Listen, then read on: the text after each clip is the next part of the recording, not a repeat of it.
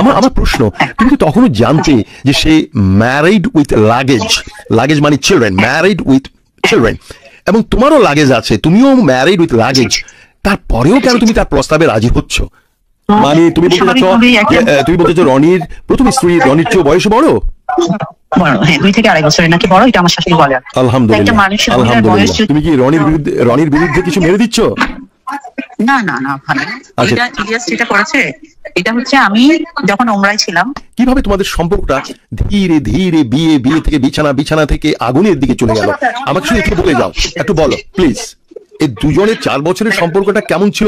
তুমি এবং তোমার দ্বিতীয় স্বামী রনির সম্পর্কটাকে নিছক বন্ধু? একদম নিছক বন্ধু না, একদম হচ্ছে স্বাভাবিক মানুষের না। আমাদের কোনো দৈহিক বা বিছানার সম্পর্ক কিছু ছিল কি? না না, এটা কল্পনাই করেন না, সে না। আচ্ছা আচ্ছা, আমরা যেতেই পারি না ভাইয়া, বিশ্বাস করেন। তার সাথে যখন পরিচয় হয় তখন তুমি ম্যারিড উইথ লাগেজ, আমরা যেটাকে বলি লাগেজ মানে চিলড্রেন, হ্যাঁ, আর সেও বিবাহিত উইথ লাগেজ। দুজনের এই লাগেজ আছে, এই লাগেজ থাকা সত্ত্বেও তাকে তোমার ভালো লাগাটা কেন?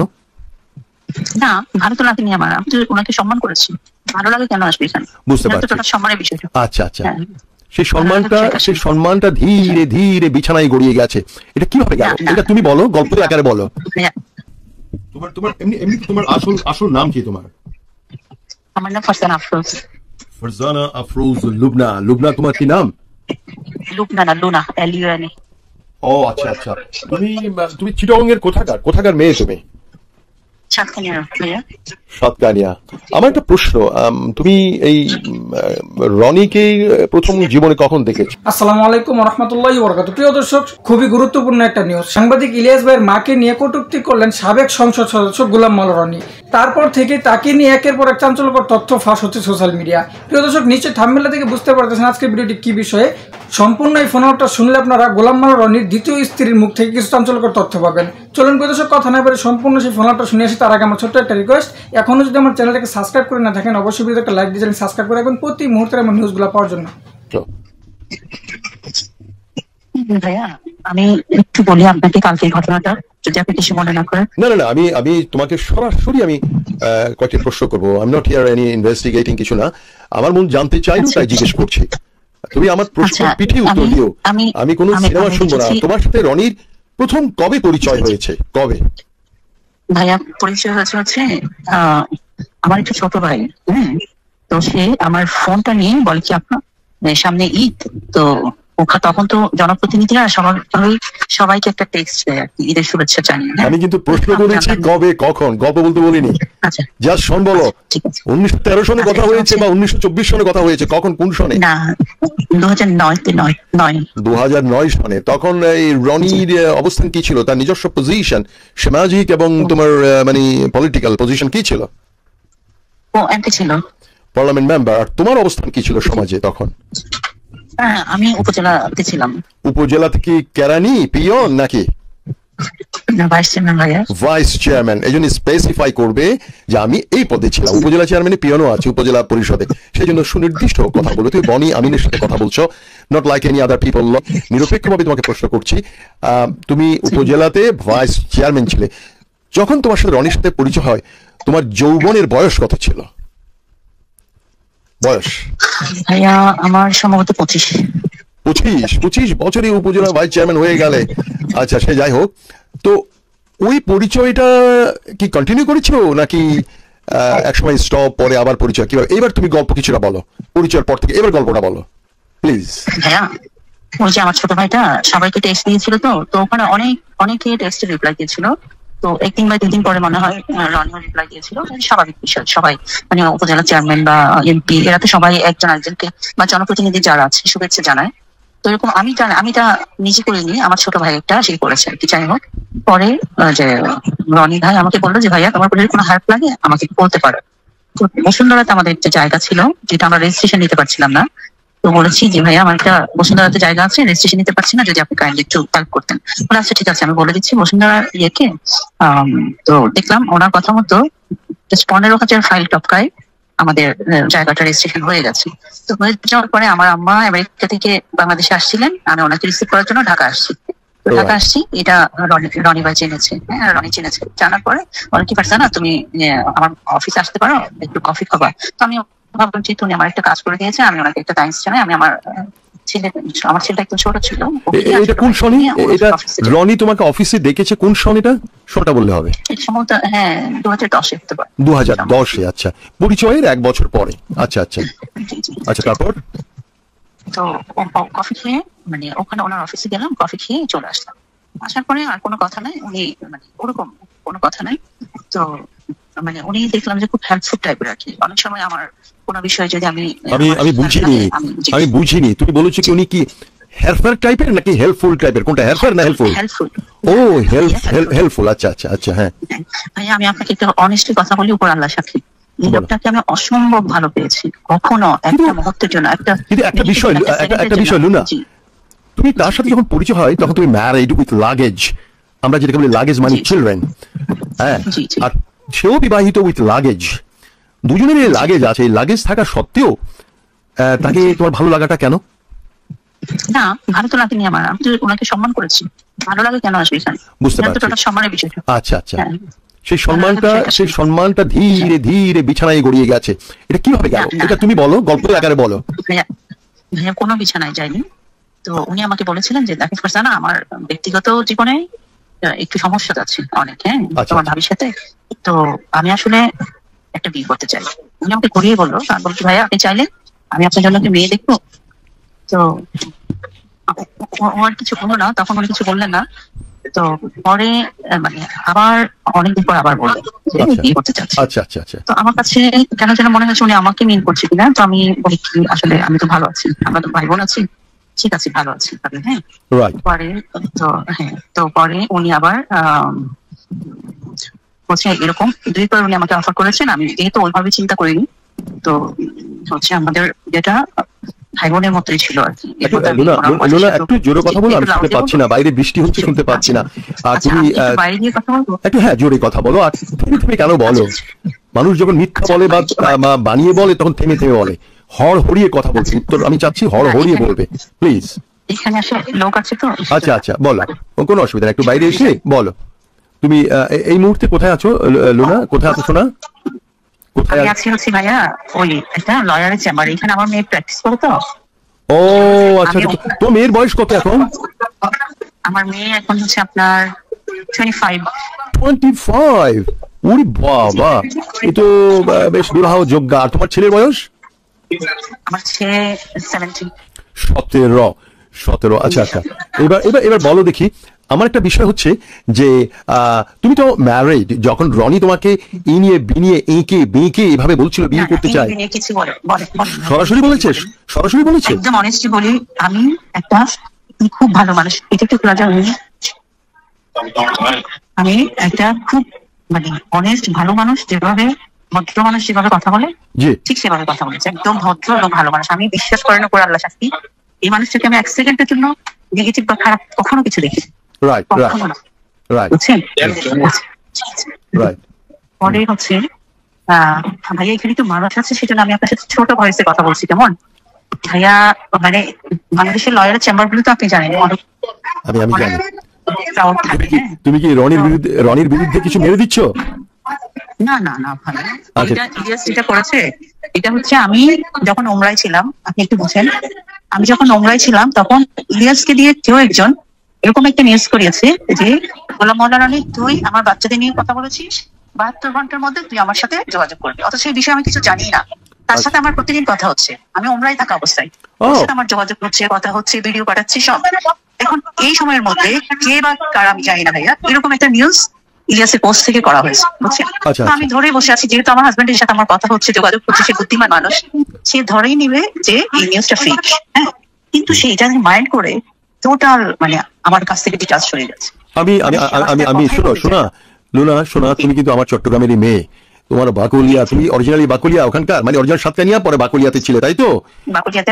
বাকুলিয়ার মৌসুমীর পাশে বিরাট একটা ল্যান্ড, ওটা আমার বাবা মায়ের ছিল বাকুলিয়াতে।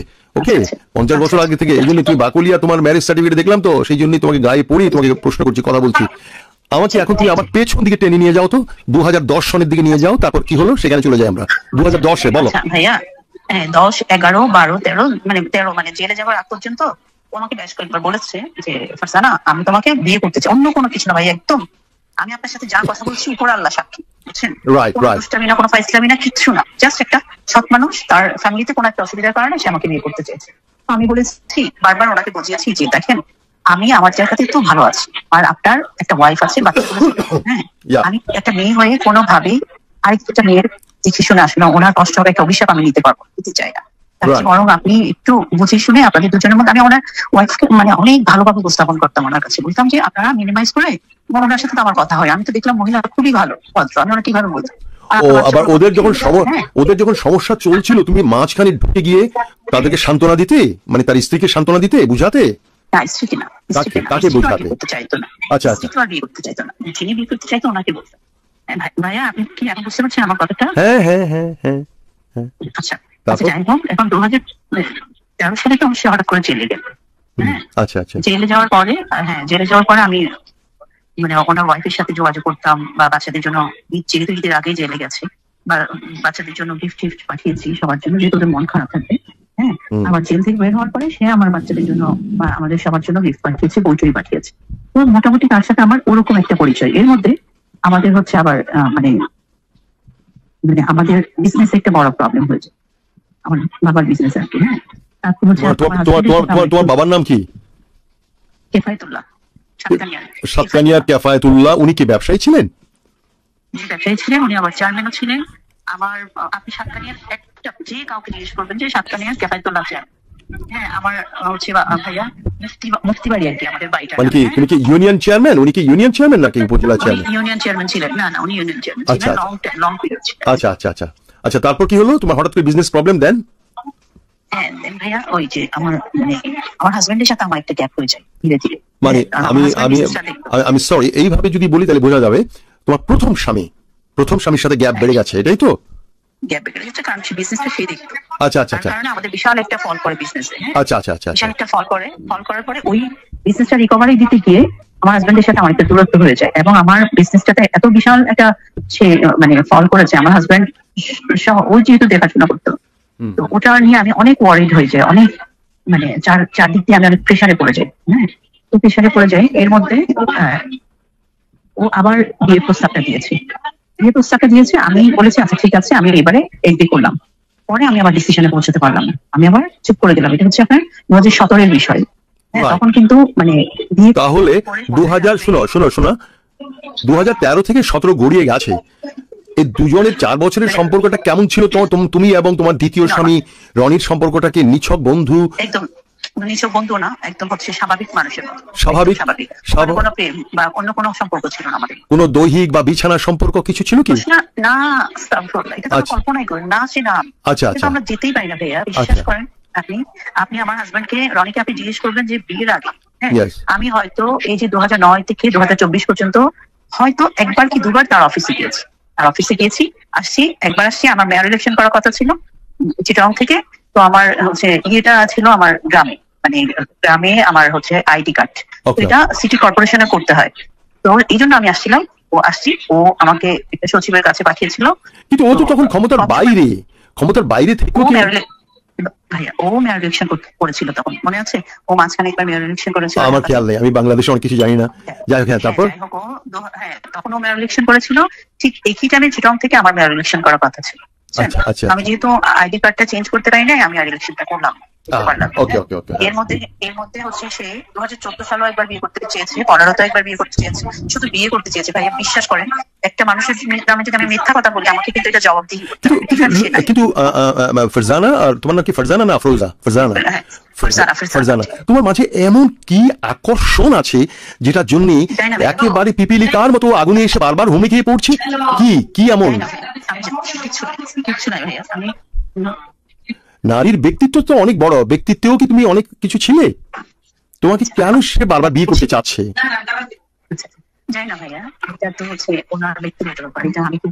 আচ্ছা, তো এখন ব্যাপারটা হচ্ছে যে এবার খুব দ্রুত তুমি বলে যাবে কিভাবে তোমাদের সম্পর্কটা ধীরে ধীরে বিয়ে থেকে বিছানা থেকে আগুনের দিকে চলে গেল। আমাকে শুধু একটু বলে যাও, একটু বলো প্লিজ। সেটা হচ্ছে 2017 সালে তো ও মানে আমরা কোথায় বাসা নিবো বা ও আমাকে কোথায় রাখবে বিয়ের পরে, হ্যাঁ সবকিছু ফাইনাল করে ফেলেছিল সেটেলমেন্ট। কিন্তু হচ্ছে তখনও আমার হাজবেন্ডের সাথে আমার কোনো ডিভোর্স হয়নি। পরে আমি আমার সিদ্ধান্তে যেতে পারছিলাম বিয়েটা করা ঠিক হবে কি হবে না। Right. আচ্ছা 2019 সালে গিয়ে সে আমরা মানে আমিও ফাইনালি ডিসিশনে গেলাম যে ওকে বিয়ে করবো, সে ফাইনাল আমাকে বিয়ে করবে, কিন্তু আমার হাজবেন্ড আমাকে ডিভোর্স দেয় না, বুঝছেন? Right. ডিভোর্স করে না, সে আসেও না, তার সাথে আমার প্রায় 3-4 বছরের গ্যাপ। হ্যাঁ, ওই যে বিজনেসের প্রবলেম হওয়ার পর থেকে সে মানে তার সাথে দেশের পাশে আসে, হ্যাঁ, এবং আমার ছেলে মেয়েদের কোনো দায়িত্ব তখন সে পালন করছে না। এই জন্য আমার কাছে খুবই মানে আমি লোড নিতে পারছিলাম না, আমার একটা গার্ডিয়ান খুব প্রয়োজন ছিল। তো 2019 সালে আমি মানে আমরা দুজনে করলাম। তো ও আমাকে বললো তুমি একটা কাজ করো, কাজী, যেহেতু উনি আসে না, কাজী অফিসে ওনাকে ডাকো, উনি একটা সিগনেচার করুক, আমি একটা সিগনেচার করবো, তাইলে তোমার আর ইদ্যত পালন করতে হবে না, যেহেতু উনি অনেক বছর আসে না, ইদ্যত পালন করতে হয় হচ্ছে আসলে। জি জি তো জি আমি বলে তাকে এটা বলেছি, সে আসবে না, মানে সিগনেচার করবে না, আমাকে ছাড়বে না টোটালি। আচ্ছা, তো পরে আমি মানে ও আমাকে পরামর্শ দিল, রনি, যে তুমি তাকে ডিভোর্স লেটার পাঠাও সিটি কর্পোরেশন থেকে। আমি পাঠালাম, 1 বার 2 বার 3 বার, সে গ্রহণ করে না।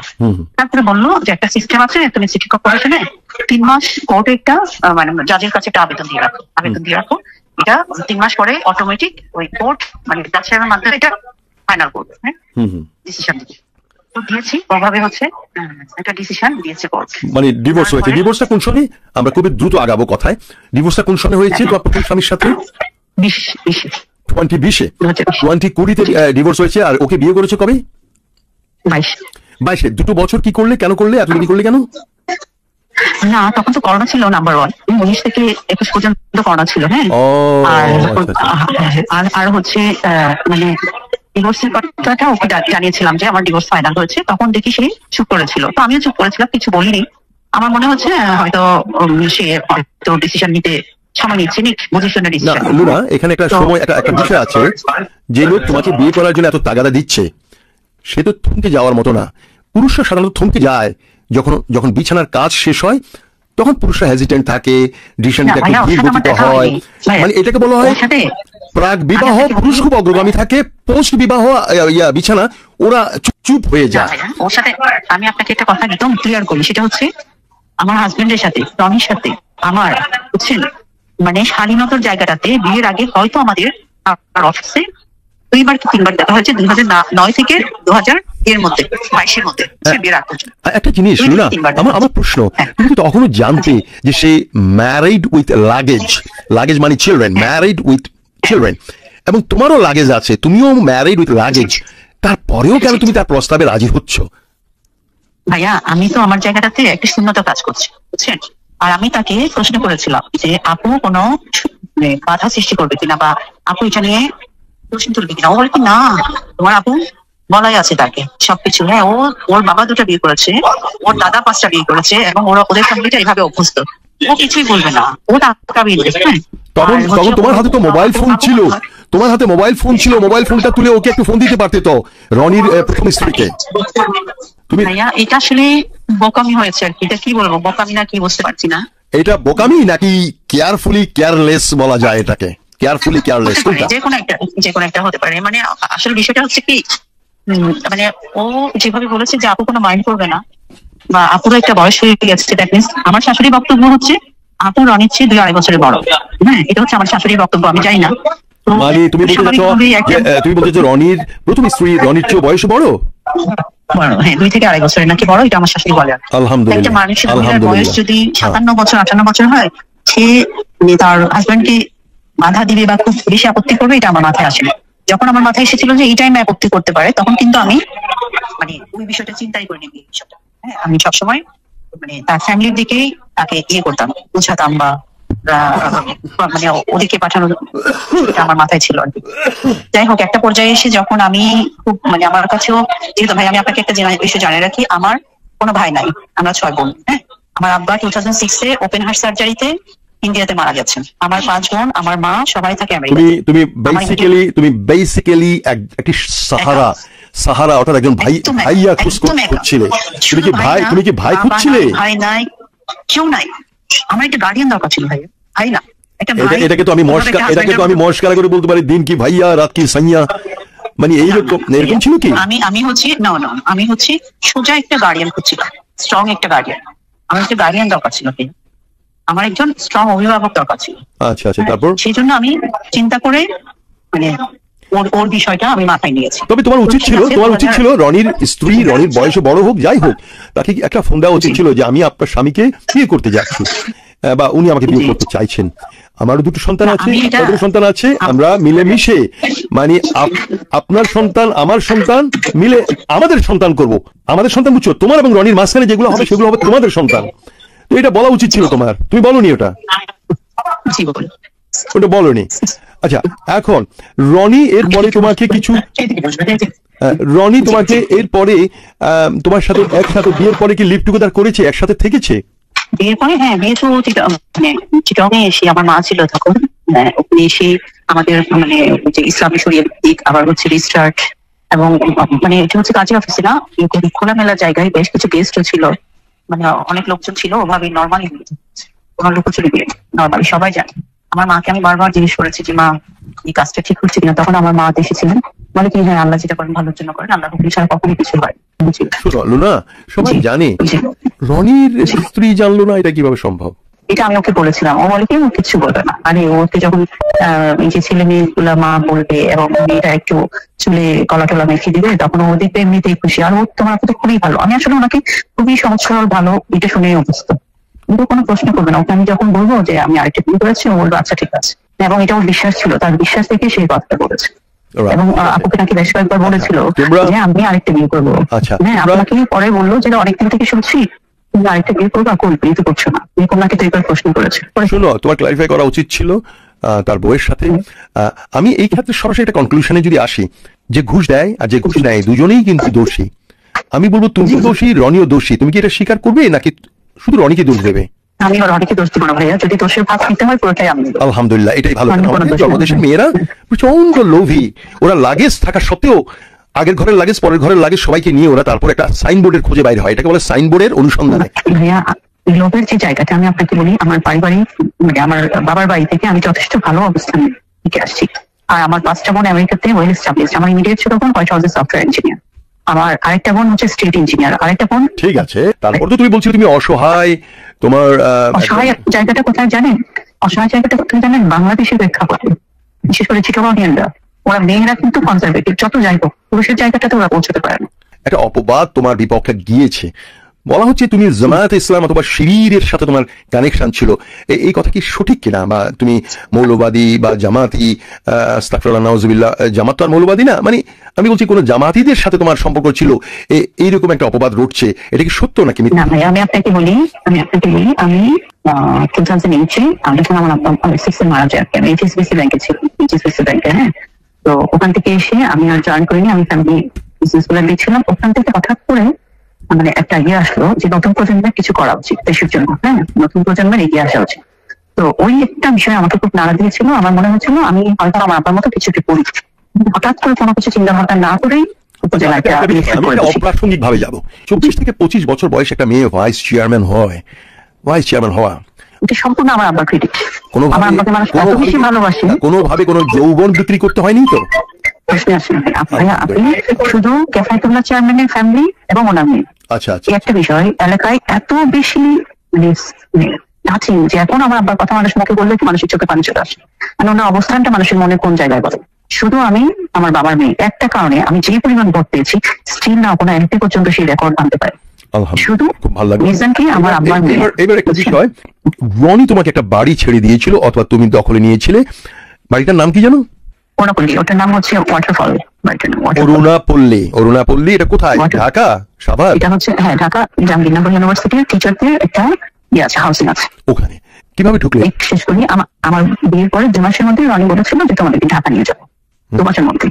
তো পরে বলছি যে ফারজানা আমার তো ভাড়া বাসায় তো তোমাকে আনতে পারি না, আমি তোমাকে একটা গ্র্যান্ড রিসেপশন দেবো এবং তোমাকে আমি চিটাগং একটা গ্র্যান্ড রিসেপশন দেবো, ঢাকা একটা গ্র্যান্ড রিসেপশন দেবো, এই তোমার একটা সম্মান আছে। তোমাকে আমি ভাড়া বাসায় তুলতে পারবো না, আমি তো একটা বাড়ি করছি ওখানেই তোমাকে আমি উঠাবো, ওই বাড়িটা শুধু তোমার জন্য। আচ্ছা, এখন বাড়িটা কমপ্লিট হওয়ার পরে ও এদের কাউকে নিয়ে যায়নি, ওই বাড়িতে নিয়ে যায়নি। পরে শুনলাম যে ছেলের বিয়ের পর পরেই তারা 1 দিন বা 2 দিনের জন্য সবাই ওই বাড়িতে গিয়েছিল, কিন্তু কোন একটা অজানা কারণে যে যার মতো রাগারাগি করে ওই বাড়িটা থেকে চলে আসছে। এবং রনি একদম একা, তার মানে সে যে একটা মানুষ ওখানে। তোমার ইস্যু নিয়ে নাকি এমনি অন্য কোনো ইস্যু নিয়ে? না, তারা নিজেরা। রনির স্ত্রী মানে মেইন ডিশ, আমি এটাকে মেইন ডিশ এবং সাইড ডিশ বলি, মেইন ডিশের সাথে তার সম্পর্কটা কেমন ছিল? প্রথম দিকে যখন সে আমাকে খুব বিয়ে করতে চাইতো তখন তো তাদের অবস্থা খুবই খারাপ ছিল, বুঝছেন। পরে মনে হয় তাদের সেটা ভালো সম্পর্ক, কিন্তু যেটা হচ্ছে ভাইয়া আপনি একটা পুরুষ মানুষ, আমি আপনাকে বলবো, একটা পুরুষের কাছে যখন তার স্ত্রীটা তার সবচেয়ে প্রিয় হয় তখন আর দ্বিতীয় কোনো স্ত্রী প্রয়োজন হয়? আপনি আমাকে প্রশ্নের জবাব দেন। না তা তো নিশ্চয়ই সেকেন্ড ওয়াইফের প্রয়োজন হয় না? আপনি আমাকে বলেন। যখন না আমি আপনাকে বলি ভাবি, অনেকে আলু চাষ করে তো। না না, ভাবি যদি আপনার কাছে প্রিয় হয় সবচেয়ে, তাহলে আপনার সেকেন্ড কোনো নারীর প্রয়োজন আছে? আমাকে বলেন। যখন আপনি সেকেন্ড নারী পেতে যাবেন, আমি তো সবার কথা বলছি, আমি জাস্ট বনিয়ামিন ভাইকে প্রশ্নটা করছি। আপনার কাছে যদি ভাবি, যখন আপনি একটা দ্বিতীয় বিয়ে করবেন, তার মানে এটা অনেক বক্তব্য, যখন কেউ দ্বিতীয় বিয়ে করে তার মানে প্রথম স্ত্রীর ভ্যালু শেষ, সেই জন্য সে দ্বিতীয় বিয়েতে চায়। বুঝতে পারছেন? এটা হচ্ছে রনির বক্তব্য, আমি জানি না। আচ্ছা, অরুণাপল্লীর কথা বলো, যখন সে একা ঘরে। আচ্ছা, অরুণাপল্লীতে হ্যাঁ একা ছিল, রোজাতে হ্যাঁ একদম একা। তো আমি সিকিউরিটিকে ফোন করি যে তোমার স্যারের কি অবস্থা, মানে কি খাওয়া দাওয়া করতে পারে না, খুব অসুস্থ থাকে, তারপরে সামান্য হালকা কিছু খায়, উপরে শুয়ে থাকে নামাজ পড়ে এসে। স্বাভাবিকভাবে ওয়াইফ হিসেবে আমার তো একটু কষ্ট লাগবে, তাই না? আমি ওকে প্রশ্ন করতাম যে কি খাচ্ছ না খাচ্ছ, বলে কি আসলে অসুস্থ, কিছু নিতে পারে না। তো আপনারা সবাই চলে গেল, বলে কি ওদের এখানে সমস্যা হচ্ছে, এই জন্য ওরা ঢাকা চলে গেছে, এই জন্য থাকতে খুব ভালো লাগছে না। আচ্ছা ঠিক আছে। এর মধ্যে আমার বোনরা আসছিল আমেরিকা থেকে, আমার বোনরা চলে গেছে, বোনের হাজবেন্ড ছিল। তো ও বলছে যে আমার বোনের হাজবেন্ডকে আসতে বলো, বাসায় আসতে বলো, আমি তো আছি, ওর ফ্লাইট যেদিন চলে যাবে তার আগের দিন। তো আমি বললাম কি তাহলে কি ওর সাথে আমরা আসবো? বলে আসো, তোমরাও আসো। আচ্ছা আসলাম। এসে কথা ছিল আমরা এক সপ্তাহ থাকবো, তারপর চলে যাবো। এখন মানে সপ্তাহখানেক থাকার পরে ও বলছে একটা কাজ করে পারছে না, জিনিসপত্র সব নিয়ে আসো, চিটং থেকে তোমাদের প্রয়োজনীয় জিনিসগুলো নিয়ে আসো। তো যত দ্রুত সম্ভব এখানে না আসো। আমি একটু সময় নিচ্ছি।